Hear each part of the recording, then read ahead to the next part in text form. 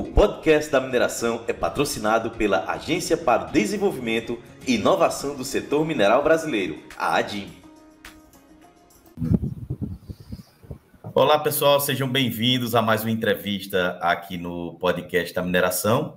E esse é um podcast especial, né, onde vamos falar aqui sobre desafios de PCDs, né, na indústria mineral. E vai ser mais que uma entrevista, vai ser um bate-papo, né, que eu também vou responder algumas perguntas aqui. Como vocês sabem, eu também sou deficiente físico, já há mais de 30 anos, sou engenheiro de Minas e estou aqui com o geólogo Werner, que também é PCD, né? E, Werner, muito obrigado pela sua participação. Obrigado, eu que agradeço o convite. Beleza. Pessoal, lembrando que o podcast da mineração é patrocinado pela ADIMB, tá? Que é a Agência para o Desenvolvimento e Inovação do Setor Mineral Brasileiro. Acesse o site adimb.org para não perder lá como se associar. Já tem aí a lista de eventos, eles vão participar do PDAC lá no Canadá no ano que vem e muito mais, né? Como eu falei, esse é um podcast especial, que o mês de dezembro é um mês de consciência ao portador de deficiência, tá? E vou conversar aqui com o geólogo, né, formado em geologia lá pela Universidade Federal do Paraná, o Werner Werber, que possui aí mestrado e doutorado lá na USP, tá? Já trabalhou em várias empresas aí desde de 1985, né, até atualmente, onde possui a sua consultoria, a WW Consultoria Estudos Geológicos, que atua aí no ramo de hidrogeologia, prospecção geoquímica. Então, novamente, Werner, muito obrigado pela sua participação, mas conta para a gente um pouco sobre a sua experiência profissional, né? Como é que você começou nessa carreira, como é que a geologia lhe encontrou, como você encontrou a geologia? Bom, então, mais uma vez, obrigado aí pelo convite, né? E aí eu, começando um pouco a minha história, né? A geologia foi assim que antes de fazer geologia, na realidade, eu fazia engenharia civil. Olha só. Né, só que eu não cheguei a concluir o curso, mas eu sempre tive, durante o curso da engenharia, eu tive muita curiosidade sobre assuntos relacionados à geologia. Né? Quando eu fazia disciplina de estradas, mas por que eu corto da estrada? E assim começou, sabe? Aí um professor chegou e falou, olha, eu acho melhor você fazer geologia. Aí eu, bom, tá bom, então eu fui, né, porque eu sempre tive essa curiosidade, né, pela geologia, né, gostava de mexer com pedras, né, assim os geólogos não gostam que chamam de pedra, mas eram as pedras, e eu resolvi dizer, olha, tem geologia, na época eu morava já em Curitiba, né, e aí eu entrei na geologia, e a partir do curso, né, continuando o curso, né, indo passando de ano em ano, aí começou na época em que começaram os estágios mesmo, né, os estágios obrigatórios que haviam que fazer. Então eu entrei, o primeiro que eu cheguei a fazer foi numa empresa que era contratada da Petrobras, que era a HGS, a Halliburton. Né? Ali eu fui mais com geofísica, então toda aquisição de dados sísmicos, né, sísmica de reflexão, refração, e aí também magnetometria, e isso começou cada vez a cativar mais pela área, né, e a sentir um pouco mais o mercado, o que era o mercado de geologia em si.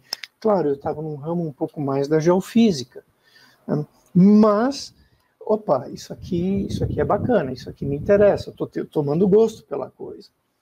Aí logo em seguida eu emendei um estágio de férias na Petrobras, que era o Núcleo de Exploração da Bacia do Paraná, que hoje já não existe mais, mas lá em Curitiba mesmo, onde aí eu fiquei mais com aquela parte de processamento de dados, né, os dados sísmicos da região em que a gente havia levantado.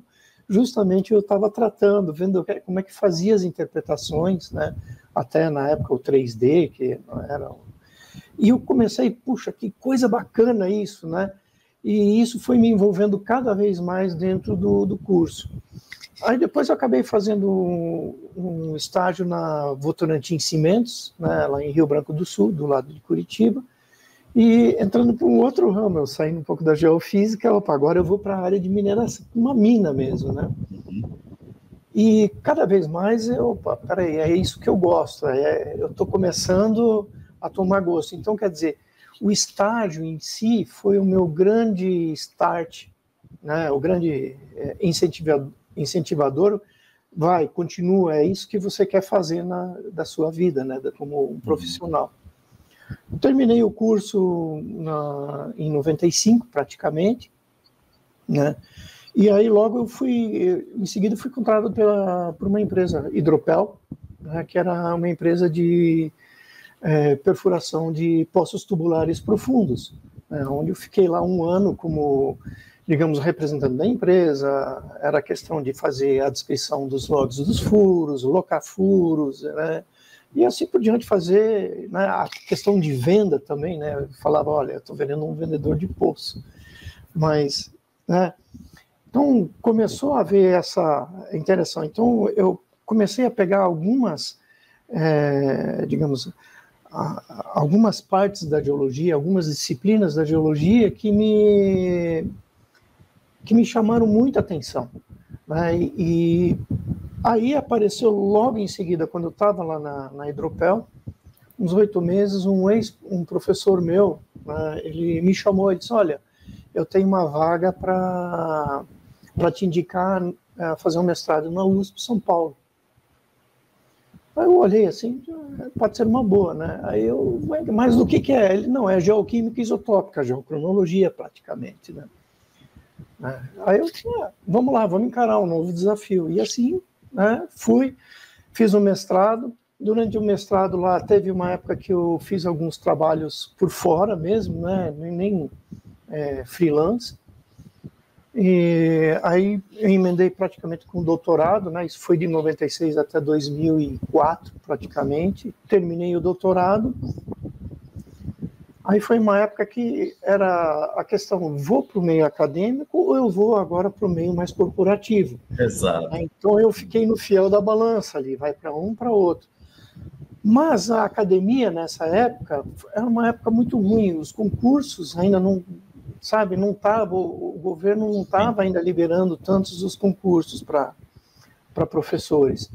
Aí apareceu uma oportunidade de trabalhar na GeoExplore aqui de Minas, né? Só que num projeto deles lá em Goiás, com níquel, chumbo e zinco, né? Então era uma área que eles estavam prospectando e era uma área que tinha uma JV entre a Votorantim e a Anglo-América, né? Então ali eu comecei agora a pegar e fiquei lá um tempo e aí acabaram me colocando como coordenador do curso, porque tinha doutorado e não sei mais o que. Então foi evoluindo, né, nesse sentido. E foi me trazendo uma bagagem muito boa, sabe? Eu brinco que nesse ramo, a GeoExplore, ela me deu assim um start, né, muito bom para eu entrar no meio corporativo, porque logo em seguida, deu 1 ano e meio, já o pessoal da Cerabi, que é uma mina subterrânea de ouro lá no Pará, né, no Jardim Douro, Itaituba, na verdade. E lá eu fiquei, né, fui contratado e fiquei como geólogo primeiro de exploração, né, fazendo o que a gente, né, não o brownfield, mas o greenfield primeiro, né? Trabalhei mais no greenfield. E aí depois eu entrei para a questão de mina mesmo, né? Porque o gerente da mina, o geólogo gerente da mina, ele estava lotado para fazer o PAE, né? Então ele estava tomado com isso até o último e precisava alguém na mina. Aí eu fiquei lá um tempo como gerente, eu falo gerente de mina, mas brincando, porque era uma coisa, né? Para mim foi uma experiência boa, porque pela primeira vez na minha vida eu tive uma outra noção do que era, por exemplo, todo mundo fala curto prazo. Eu digo, que mundo é esse? Né? Exato. Então era uma dinâmica assim de doido, sabe? E tinha que resolver o problema, era sondagem, era assim, um mundo, tem que fazer amostragem, tem que fazer, como é que estão os resultados, cadê, como é que está saindo, né, vamos fazer blend, onde é que está o minério, né, o primário, o que está melhor, a concentração mais alta, o teor mais elevado, vamos blendar, não vamos blendar, qual a galeria, toda essa questão, e isso era no dia a dia, isso me deixou assim, na época, meu Deus do céu, né, isso é uma outra vida, né, é uma outra experiência que me valeu a pena. Saí de lá e logo em seguida o Charles Valadão me chamou para a MMX aqui para trabalhar com minério de ferro. Quer dizer, um outro commodity, né? Então, nessa brincadeira, já foi chumbo, zinco, níquel, ouro, e agora eu estava no ferro, né? E na MMX eu entrei justamente naquela época, eu entrei como novos negócios, na verdade, né? Uhum. Para prospectar novos alvos, né? Para agregar, por exemplo, recurso ao projeto, ao portfólio da MMX. Só que logo em seguida ela foi vendida para a Anglo-América, né, que virou a Anglo Ferros Brasil. Né. Aí eu fiquei ali uns 4 anos praticamente. Aí mudei para Conceição do Mato Dentro, porque a implantação da mina estava lá, e aí a questão de exploração, novos negócios, né, a Anglo já estava, não, isso é o time de Goiânia que vai tocar, vocês aqui em Minas vão ficar com a questão aqui de Conceição do Mato Dentro. Bom, beleza, foi. Só que daí depois houve um reajuste, houve alguns cortes, e eu entrei nessa brincadeira. Mas já engatilhando, já estava mais ou menos de namoro com o pessoal da Anglo Gold lá em Crixás. Isso foi em 2010. Aí em 2010 eu entrei lá para Anglo Gold, né, fiquei lá praticamente 4 anos, né, até 2014, e ali eu fiquei mais entrei como geólogo sênior, né, na área de exploração brownfield, e logo depois houve uma ampliação, aí eu entrei para chefe de área mesmo, coordenação de área que eles chamaram de exploração avançada. Então a gente saiu daquele limite do brownfields e expandiu os limites, né. Então e tinha muitas áreas, a gente tinha joint ventures com outras empresas, com a própria Votorantim, hoje Nexa, né? Então era um corre-corre, levantamento geoquímico, geofísico, sondagem, comendo solto, assim, sabe, num ritmo acelerado, com mais de 70 mil metros de perfuração, né, de sondagem. Então era uma corrida grande, né, tinha dinheiro para isso, era uma época que era ouro, né, Anglo Gold, ouro, então o ouro estava em alta, né, então aquilo foi. Aí só que em 2013 o mercado deu aquela balançada, né, eu tinha ido até lá no PDAC, lá no Canadá, e lá já se especulava, ou o ouro sobe mais, estoura o patamar dos $2.000 a onça, ou ele vai cair. E justamente naquele ano, 2013, a coisa começou a declinar um pouco os valores da onça no mercado. Bom, justamente aí foi o ano que eu sofri um acidente, né? Aí eu tive um acidente onde eu machuquei meu pé, e nessa fase foi assim, um período bem conturbado, porque o trabalho rolando e, bom, como era um machucado na unha do pé, era um troço assim, que é uma unha do pé, vamos continuar trabalhando, aí vamos embora. Só que o corpo da gente, ele reage de formas diferentes. Enquanto você tem uma resistência, né, vai. Só que chegou num momento, a minha resistência abaixou, né? E eu também sou diabético, né, já há um bom tempo, mas a diabetes, na verdade, começou a aparecer, a se tornar cada vez mais forte justamente nessa época. E claro, ficou, mas ela estava super controlada, ela sempre estava nos níveis normais. Mas quando eu fui lá fazer, começou a aparecer, eu tive ínguas, né? Começou a aparecer alguns pontos pretos, né? Já estava começando a necrosar o tecido da minha perna direita. Aí o médico olhou e disse, não, você está com trombose. Medicou como trombose. Bom, e medicamento trombose, para quem está com erisipela, na verdade era uma erisipela, é um tiro, é uma sentença, né? Exato.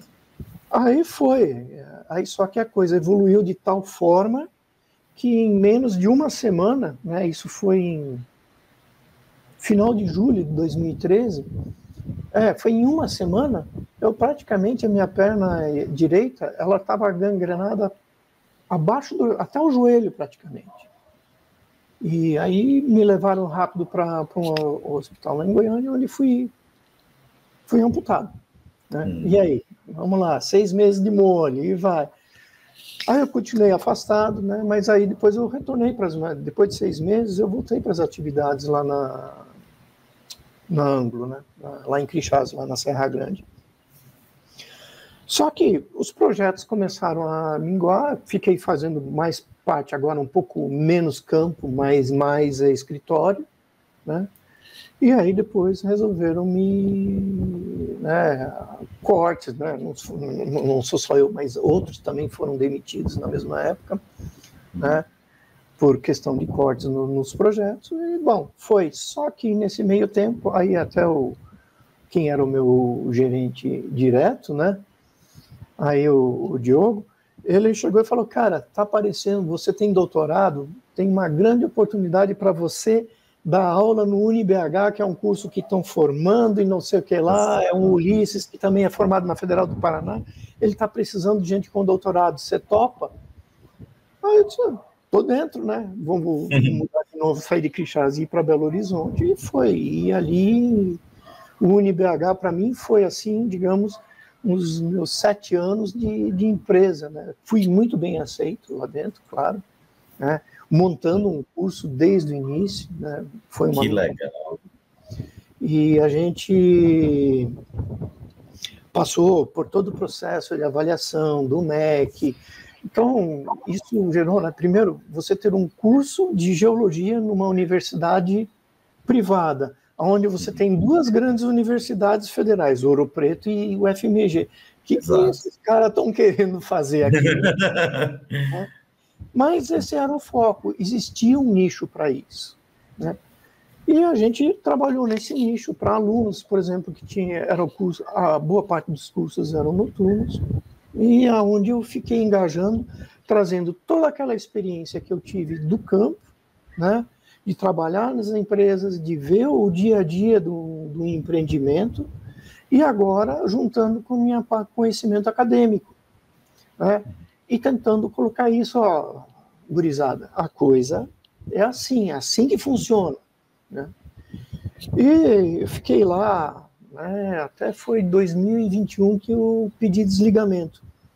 Só que nesse meio tempo eu já tinha minha esposa também, geóloga, né, Ana Catiúcia, ela é hidrogeóloga, e ela precisava, na época, estava aparecendo muito trabalho por fora, eu precisava de fazer uma PJ, né? Eu disse, vamos fazer uma sociedade, e aí eu acabei entrando nesse ramo.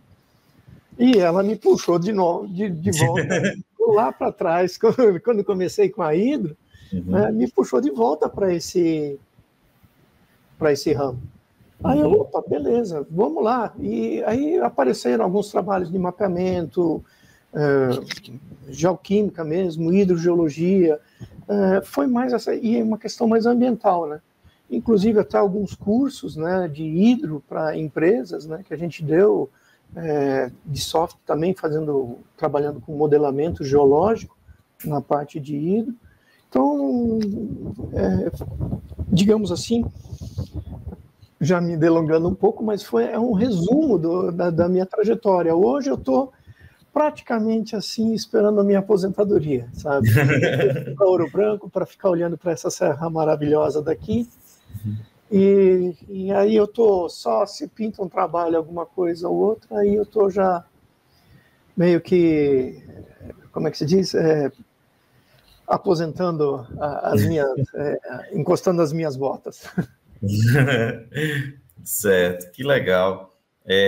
Como eu falei, seria um bate-papo, né? Eu também sou PCD, eu já falei aqui várias vezes no canal, mas só para corroborar com a sua história também. No meu caso, eu sou deficiente físico desde criança. Eu tinha 7 anos quando eu fui atropelado e quem me atropelou estava bêbado, né? E eu estava brincando na calçada com os meus amigos e o carro veio para a minha direção e me impressou contra um poste e amputou na hora. Tinha 7 anos de idade, né? Nem por isso desisti de nada, sempre joguei bola, sempre fiz artes marciais, sempre fiz atletismo, sempre meus professores também me incentivando, né? Quando eu chegava eu sempre estudei escola pública, e quando eu chegava para pedir dispensa da educação física, aí o professor dizia, olha, eu posso dispensar, mas eu não queria, não. Por quê? Não, você pode fazer. Eu comecei a fazer e tudo mais.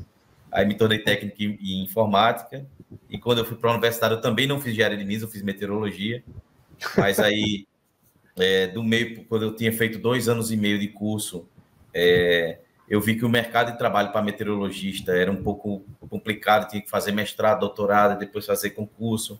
Hoje está até um pouco melhor, a questão da parte mais privada, algumas empresas já estão contratando como privado, no meu tempo não era, e foi quando a mineração me achou, eu fiz a transferência interna e deu muito certo. Graças a Deus, quando eu falo até hoje, já foi quem me encontrou foi a mineração, e eu gosto muito do que eu faço, eu gosto muito de mineração, eu gosto muito de falar sobre a área, né? E é uma área que até eu já falei, por isso que esse é o tema do nosso assunto aqui, é uma área inclusiva, né? Ela é bem inclusiva. E, assim, desde a academia, né, que você foi dar aula lá na UniBH e também na sua consultoria, quais você consegue pontuar assim, alguns desafios que você encontrou sendo PCD, né? Olha, por exemplo, se eu pegar na universidade, eu não tive dificuldade nenhuma, né? Inclusive, houve, assim, por parte dos colegas mesmo do curso e de outros cursos, né? Porque lá tinha mais de 23 cursos, se eu não me engano, sempre houve um apoio muito grande e uma certa admiração, porque mesmo sendo PCD, eu não deixei nunca de fazer um trabalho de campo, né? Então isso foi assim uma coisa que todos, digamos, admiravam e perguntavam: nossa, como é que você consegue? Como é que você, da onde você arruma forças para isso? Eu digo: olha, é vontade de viver, é alegria de viver. Eu não posso deixar. Eu tenho uma esposa, eu tenho filho, uma filha, né? Então, eles também dependem de mim. Não é uma questão de depender economicamente, mas dependem emocionalmente, né? Então, eu não posso me deixar abater por isso, né? E eu nunca deixei, sabe, por mais que a gente fala, tem horas assim que a gente, gostaria, não preferia, mas não dá, porque na época, né, voltando um pouco na questão da minha recuperação, quando eu fiz todo o meu processo de deambulação, eu vi muita gente muito mais nova, com 20 e poucos anos, se queixando da vida, falando que a vida acabou. Eu falo: meu filho, a vida não acaba. É luta, vamos lá, bola para frente, cara. Não é porque você perdeu uma perna, um braço, que você é um inválido, um inútil. Você tem a sua força, você consegue fazer as coisas, né? E isso eu tentei transmitir para dentro da universidade, inclusive mostrando isso para os próprios alunos. Eu digo: olha, limite, né? É você que se impõe. Cabe você a romper esses limites e seguir em frente.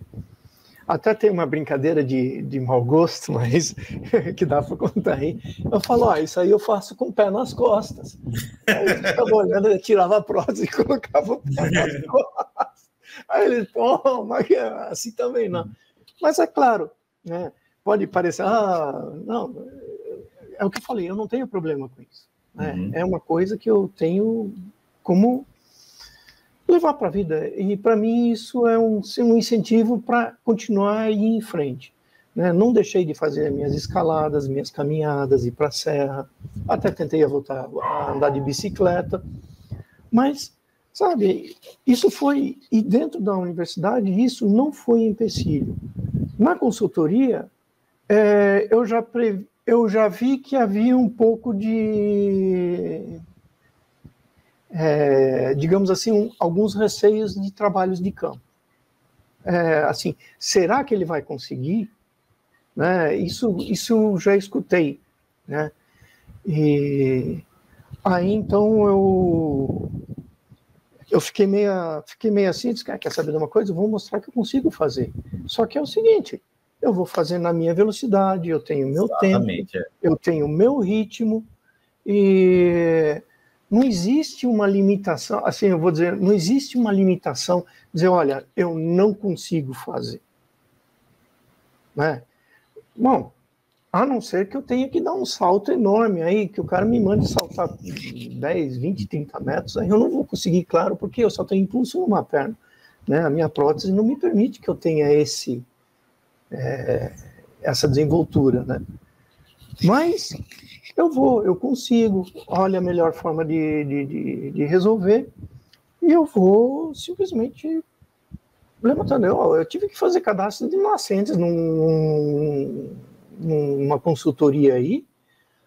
Bom, batendo facão, eu, um auxiliar do mato, um estagiário junto, e vamos lá, vamos fazer medição de nascentes, e cadê? E aí, houve, né, limitações, e o terreno aqui em Minas é um terreno bem plano, sabe, pouco dobrado, né, mas sendo um pouco, né, não tinha problema. Então, vamos lá, eu consegui fazer isso, eu mostrei que eu consigo fazer. Uhum. Então, essa questão de limitação, eu acho que nós, como PCDs, a gente ainda tem que fazer, digamos, os gestores, a pensar um pouco, a repensar essa forma de visão, né, de um PCD. Seja um braço, um dedo, não. Você tem capacidade de fazer. Então, como é que vai? Então, eu não tive, assim, nenhum, digamos, problema nesse aspecto, né? Eu acho que eu sempre mostrei o contrário, né? Que, vamos lá, você sente que as pessoas, às vezes, olham meio para você. Isso eu te confesso, porque algumas entrevistas que eu fiz, né?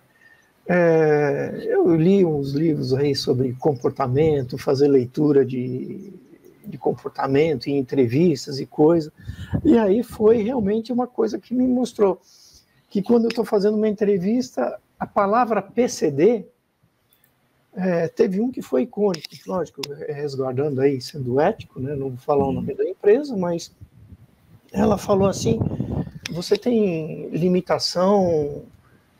você pode subir escada? Eu falei, posso. Você pode fazer? Posso. Mas que tipo de limitação você tem? Eu digo, olha, minha limitação é só andar devagar. Eu só não posso sair correndo que nem um desesperado. E isso eu não preciso de... se tiver um corrimão, que é obrigatório pela segurança, você sempre tem um corrimão numa escada, eu vou usar o corrimão, e assim por diante, fui explicando para ela. Mas deu para perceber que a questão do PCD estava chocando a entrevistadora do RH. E aí juntou com mais uma outra, que aí é que eu vi que onde pegou. Pô, hoje eu estou com 61 anos. Então, a questão PCD mais idade, para mim, hoje, eu falo, eu desisti de enviar, tentar currículo, fiz aí agora tem mais de um ano já, na verdade. E aí foi uma coisa interessante também, que você percebe, pô, as pessoas querem o teu conhecimento. Eles veem que você tem um currículo, eles querem teu conhecimento. Mas agora, puxa, mas esse sujeito, ele é um PCD, e ele é mais velho. Eu sou mais novo, né? Isso o gestor me contratou. Esse cara é mais novo, tem mais experiência que eu. ele pode querer o meu lugar. Pô, gente, eu não quero lugar de ninguém, eu só quero trabalho. Exatamente, Só isso, né? Não importa se o salário vai ser o top lá em cima, são coisas assim, eu quero trabalhar, eu quero colocar meu conhecimento em prática, né? Mas isso, na verdade, até com a consultoria, por um lado, os trabalhos que eu andei fazendo, para mim, foram ótimos. E saindo, né, eu saí um pouco da área da pesquisa, por exemplo, né, e fui para uma área ambiental mais, que era a área de hidrogeologia, né, classificação e fazendo modelamento hidrogeológico. Mostrou, poxa, é um conhecimento que tem, está aí, está fácil, avançado. Então, quer dizer, dá para fazer de várias formas. Achei interessante essa parte que você falou das limitações, né? Eu sempre falo para minha esposa, para os meus amigos, que quando a gente entende onde são nossos limites, é o primeiro passo da vitória.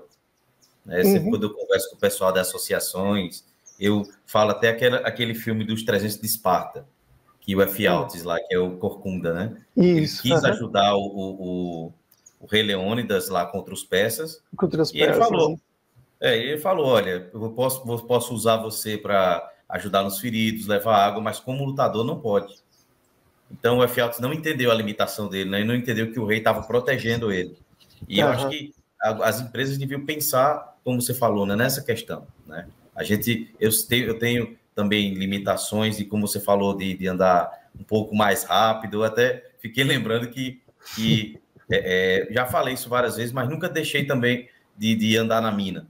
Eu trabalhei numa empresa lá em Niquelândia, lá perto onde você trabalhou, que eu andava com o pessoal da topografia. Depois de um tempo foi quando a gente descobriu que eu era deficiente. Aí ele falou, mas como? Você é deficiente como? Você anda tudo com a gente assim. Eu falei, gente, vocês têm que entender que às vezes quando eu pedia para andar um pouco mais devagar, às vezes para levar um peso, eu levava um peso a menos, né? Mas também nunca deixei de andar na mina, sempre trabalhando nessa parte de planejamento, de operação. Nós deficientes temos as limitações, temos que entender essas limitações, mas também não deixar de fazer o serviço. Você pontuou muito bem essa questão, né?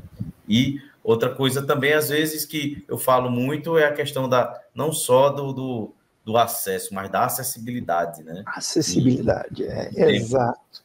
Que eu falo de acessibilidade não é só para nós que somos PCDs, mas se alguém torcer um pé, já sente a dificuldade de subir uma escada. Uma mulher grávida também já vê essa mesma dificuldade, até mesmo de levantar da mesa, aí você vê que é um pouco mais apertado ou não, né? Então, a questão de empresas, como você falou, dessa visão, acho que eles tinham que ter a visão um pouco mais de acessibilidade, né? Que está crescendo ao longo dos anos. Como eu sou deficiente, como eu falei, né? Sou deficiente eu tinha 7 anos de idade, tenho 42 hoje, mais de 30 anos.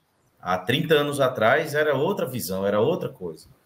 Hoje já tem mais informação, as empresas já entendem mais o que mais como é que é um PCD, traz... por isso que quando eu converso com pessoas de profissionais de RH, que vem aquele nome, né, que hoje está bem alto, que é empatia. Falei, gente, empatia, exato. Você já tentou sentar numa cadeira de rodas? Já tentou ver a dificuldade que é empurrar uma roda?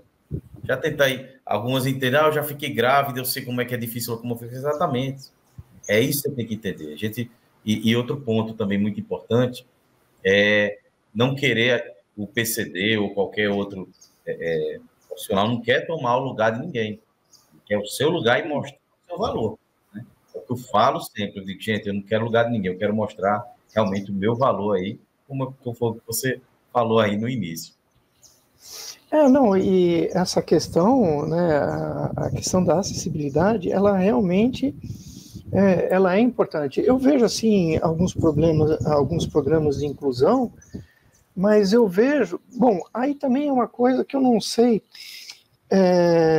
que eu já andei pesquisando um pouco, né, mas é a questão da legislação brasileira quanto à questão da inclusão de um PCD numa empresa.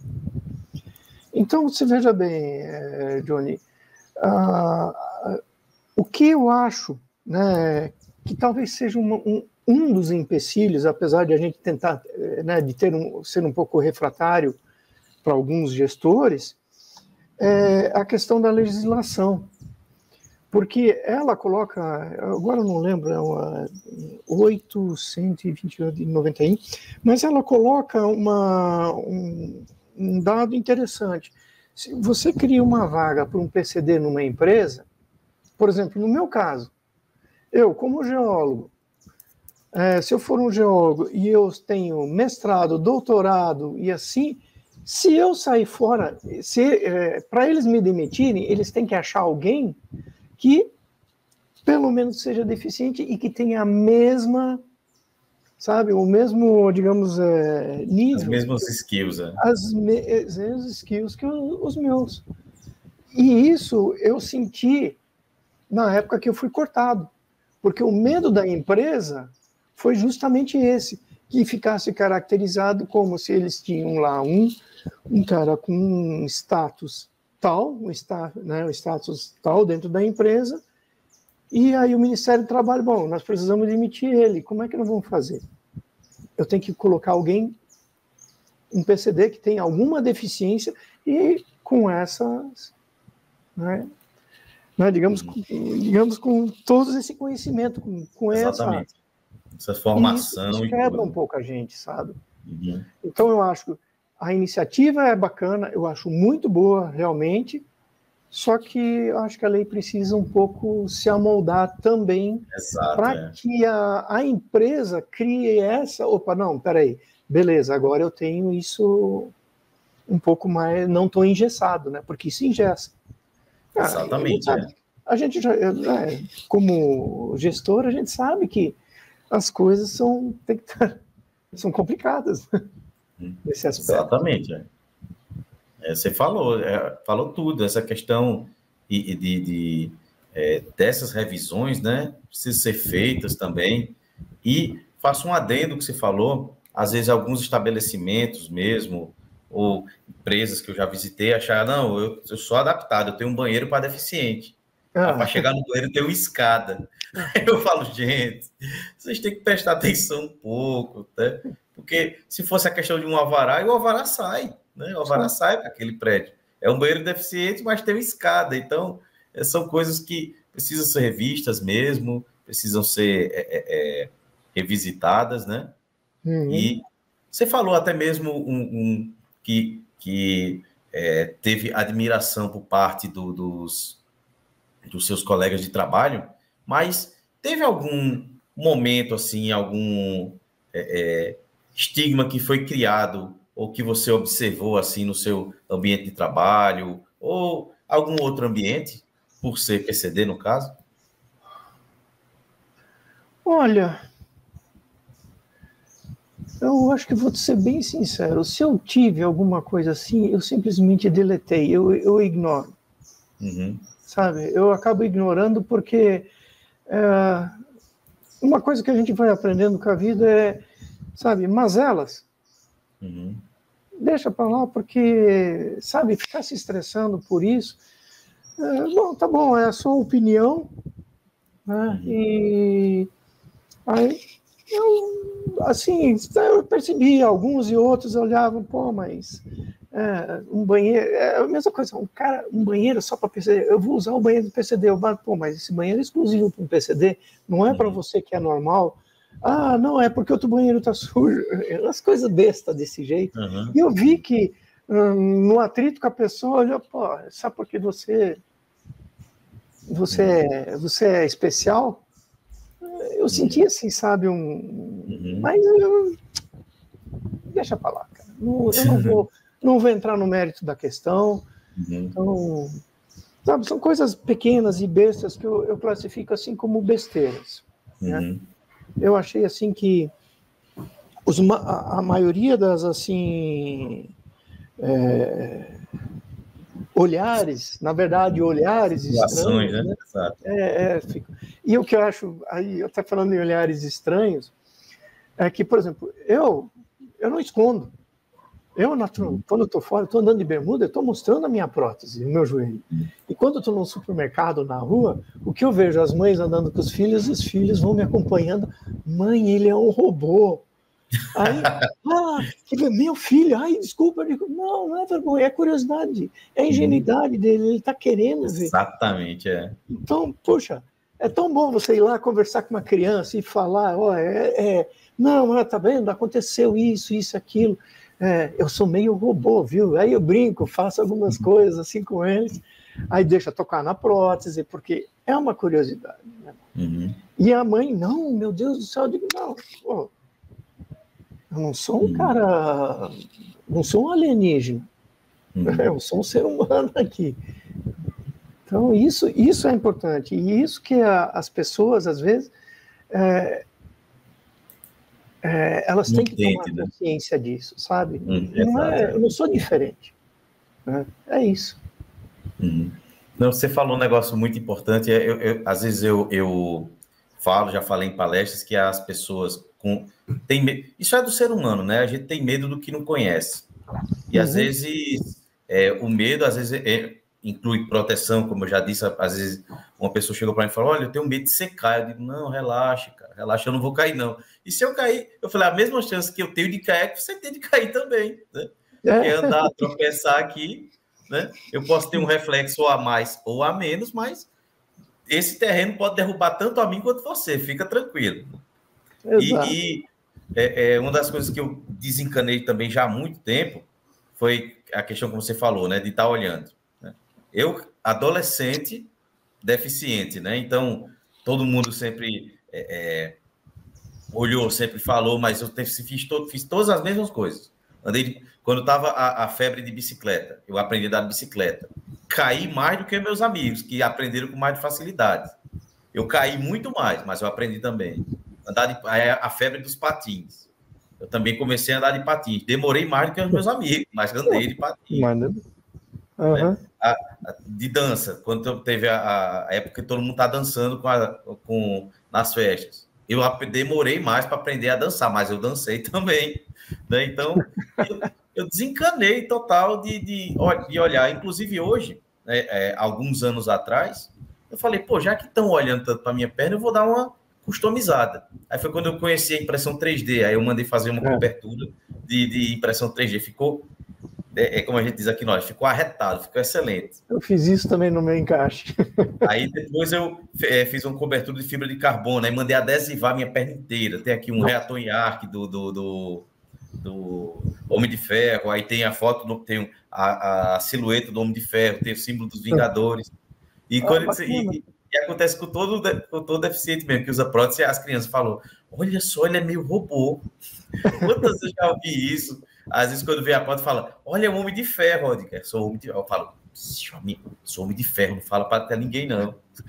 E aqui no Nordeste, aqui que eu moro aqui em Recife, né? Que aqui tem muito ataque de tubarão, às vezes me perguntam, isso foi tubarão? Ataca a perna. É verdade. Eu falo, não foi não, mas... E eu na praia, né? O pessoal já pergunta, isso é tudo. Até a minha prótese também de entrar na água, ela é toda adesivada. Mandei adesivado total. Eu falei, já que é minha, eu vou customizar, cara. Eu não tenho problema de alguém ficar olhando ou não, né? Tá tudo customizado. Não, mas isso são coisas interessantes, assim, sabe? Eu também peguei e adesivei meu encaixe em cima e vamos lá, fazer bonito. Tem um dragão chinês ali no meio. Que legal, é isso mesmo, tem que ficar com a nossa cara, cara, customizado. Eu já fiz uma palestra que eu falei, olha, eu não chamo de prótese, eu chamo de device que me ensina a andar, que me ajuda a andar. É um device, não deixa de ser, né? Faz algo que aí, com os últimos anos, eu troquei minha prótese para uma não de alto impacto, mas de médio impacto. Aí aprendi a andar de novo e aprendi a correr. Né? E todo ano eu estou correndo. Eu tenho uma meta esse ano, que foi meu amigo Dr. Jospriano, que é também geólogo, que ele me incentivou muito nessa questão e tinha um projeto da empresa que era de corredores. Eu falei, eu também vou me tornar corredor, que era o National Runners. Eu falei, eu vou ser um National Runner. Primeira corrida, e esse ano eu botei a minha meta em uma meta desafio. Eu falei, vou correr 2 corridas de 5 km, mais uma vai ser de 7. Mas aí não consegui a de 7, mas consegui as 2 de 5. Ano que vem eu vou correr uma de 5, uma de 7. Já botei na minha meta. Isso está falando de metas de correr. Eu coloquei como uma meta que em 2020, acho que 2025, vai ser a 100ª São Silvestre. Uhum. Eu estou querendo estar lá. Olha eu só. Me pus esse. Só que daí eu vou ter que comprar um joelho diferente. Que esses joelhos não são nada baratos, né? E uma lâmina e começar. Ou eu vou andando, ou eu vou correndo. Então, né? Voltei, estou fazendo academia, tudo isso, né? Claro, eu preciso reforçar a musculatura. Isso, exatamente. Tempo atrás eu estava agora, fui visitar lá um sonho que foi Machu Picchu. Eu subi lá em cima. Não há, é o que eu falei. O que te impede é você, não é, né? Exatamente. Vai mais devagar, demora mais tempo, mas consegue. Caminhada de 7 quilômetros, 8 quilômetros, né? Altitude de 3.500, 3.600, 700 metros, aquele mal da altitude. Tamo lá, vamos embora. Isso é... E eu quero ver se eu realmente faço essa corrida da 100ª São Silvestre. Se Deus quiser, eu estou lá.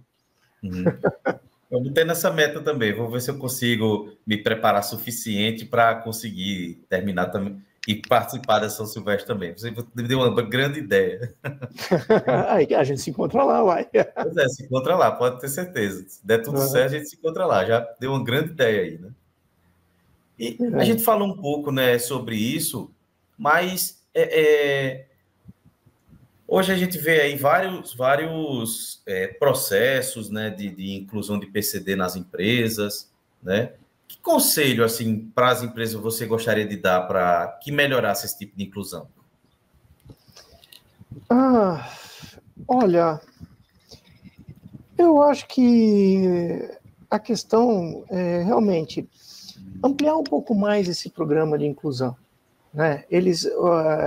Os gestores mudarem um pouco a sua visão frente a quem é um PCD, né? Porque às vezes parece que não é um inútil a palavra, mas é como se você fosse às vezes você é tratado em algumas empresas, eles te veem como um inválido, e a gente não é inválido. É uma mudança de postura, de visão frente àquele ser humano que está na tua frente, né? A capacidade está ali, né? Então, ele não pode, ele perdeu uma perna, ele não pode andar. Não, eu posso andar, você pode andar, né? Então, qual tipo de trabalho? Não existe, sabe? A gente pode fazer eles, sabe, mudar um pouco essa visão e ser um pouco mais empáticos. Exato, né? E uma coisa até que voltando um pouquinho no que você comentou, é uma coisa interessante, porque comentou sobre cadeira de rodas. Eu tive que ficar um tempo em cadeira de rodas, e eu vou te ser bem sincero, é o meu maior pavor ter que andar de cadeira de rodas. Nós não temos nada preparado para um cadeirante. Mesmo empresa, não precisa ser empresa. Ande ao redor do seu bairro. Você não vê nada preparado. Você vê, olha e outra, uma guia rebaixada, pintada, onde tem um carro estacionado que nem de PCD é. Então, é uma coisa complicada isso. E eu acho que precisa ter um pouco mais de empatia de todos, né? E principalmente as empresas precisam olhar com um olhar mais, peraí, não de dó, eu não quero dó. Exatamente. Opa, o cara é bom. Então, ele tem capacidade, ele pode agregar valor, sabe? Não se fala muito nas empresas, não, nós queremos alguém que pense fora da caixa, que agregue valores. Bom, então aplica. Né? Então, vamos aplicar isso de verdade, não vamos ficar só num discurso. Né? Não é que nem aquela, como eu vi uma vez acho que foi, não sei se foi no WhatsApp, alguém mandou uma mensagem do seguinte: nós somos uma empresa, era um restaurante, nós somos uma empresa inclusiva. Aí o cara perguntou, aonde que está o banheiro adaptado para um cadeirante ou coisa assim? Aonde está a mesa específica para um cadeirante? Não, que nós temos assim, pessoas LGBT, eu acho ótimo, excelente, isso é um grande passo, mas e o deficiente? Cadê a inclusão dele? Uhum. Então, essa questão, eu acho que precisa entrar um pouco mais na cabeça, e aí, claro, aí a mídia também agir um pouco mais. Eu vejo a mídia também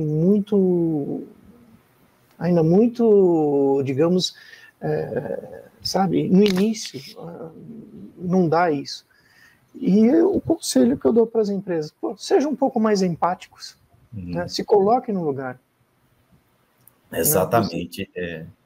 Você falou muito, às vezes, até mesmo de vários tipos de programa. Teve uma vez que eu participei de uma empresa, há muito tempo atrás, que ele falaram, quase semelhante a que você falou, né? Respeito às pluralidades. Aí falou várias ações. Quando terminou, eu chamei a moça do RH em particular, eu digo, olha, você falou em pluralidade, né? Várias ações. Eu não vi nenhuma ação eficiente. Aí a única pessoa foi sincera comigo.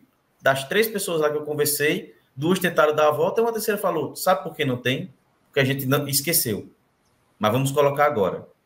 Chamou a equipe e falou, a gente esqueceu, vamos fazer.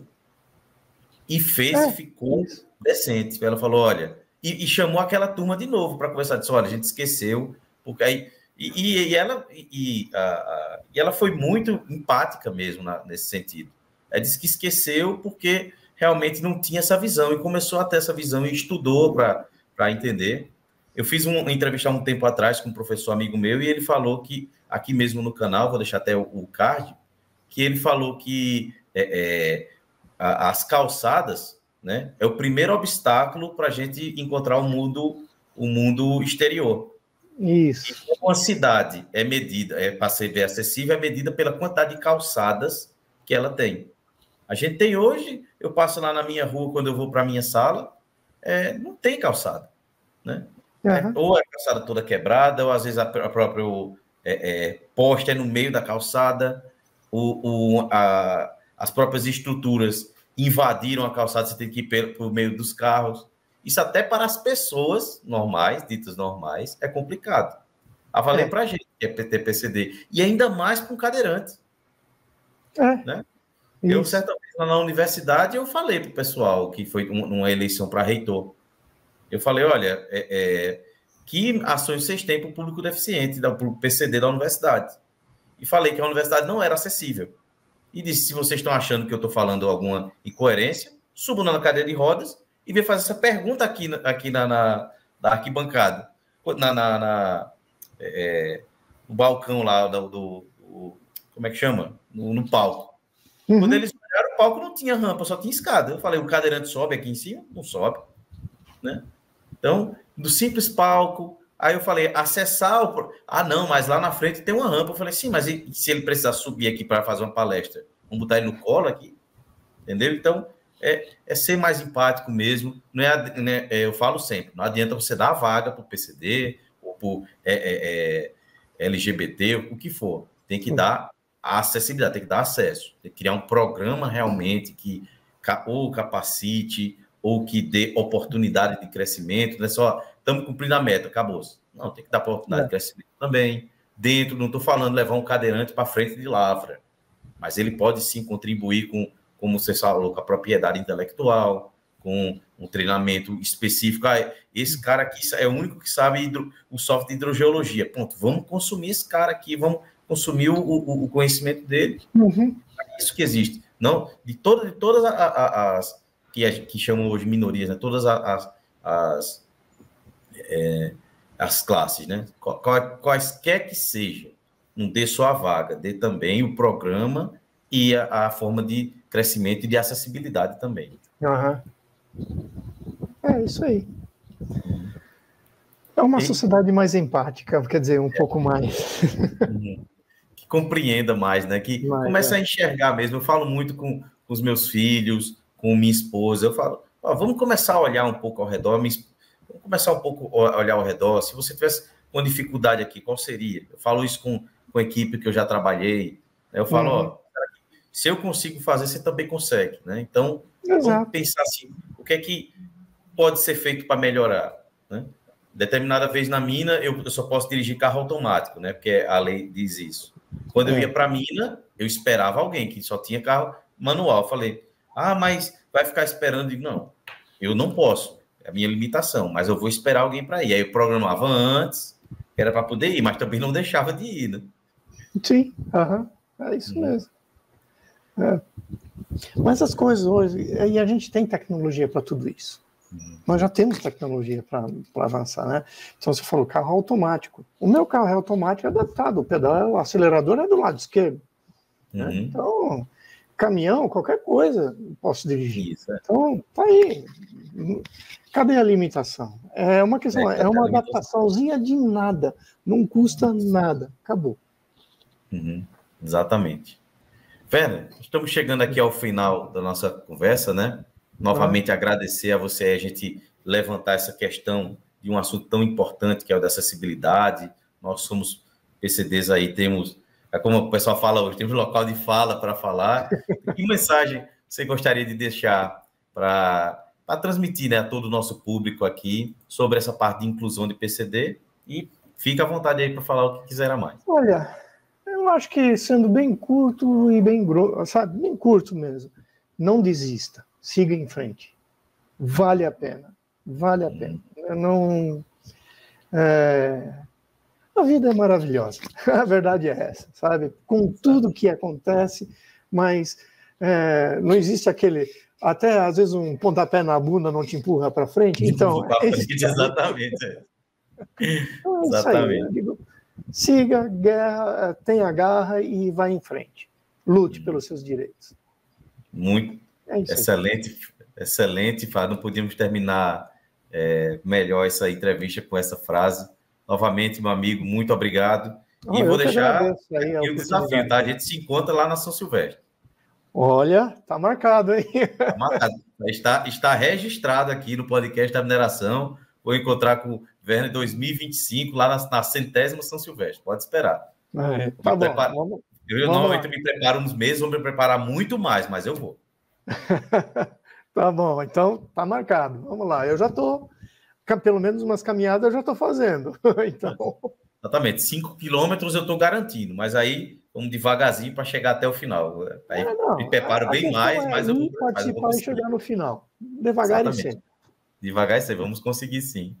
Pessoal, muito obrigado por vocês que ficaram até aqui. Escutem a frase do Werner, né? E a frase que eu gostaria de deixar para vocês, além dessa brilhante que ele falou, não desistir, acreditem, tá? Que se tudo que vocês quiserem fazer, vocês conseguem fazer, né? Independente de qualquer deficiência. Se alguém estiver escutando e achar que é o fim, não é o fim, né? É uma dificuldade, sim, uma dificuldade, mas você vai encontrar forças para encontrar coisas novas, fazer coisas novas, e é o que não bota na sua cabeça, não existe limite. Se a gente consegue, vocês conseguem também. E precisando de qualquer ajuda, tem pessoas que podem ajudar sim, a própria ACD, outros órgãos aí ao redor do Brasil, tá? Pode ajudar, pode dar uma palavra de incentivo. Se vocês quiserem também conversar, pode mandar mensagem aqui para o podcast, deixar o Werner lá no LinkedIn, tá certo? E, novamente, Werner, muito obrigado aí pela sua participação. Muito obrigado mesmo nesse podcast especial aqui. Ok, então. Obrigado aí. Pessoal, lembrando que o podcast da mineração é patrocinado pela DIMB, tá? E até o próximo entrevista aqui no podcast da mineração. Até mais. Até mais. O podcast da mineração é patrocinado pela Agência para o Desenvolvimento e Inovação do Setor Mineral Brasileiro, a ADIMB.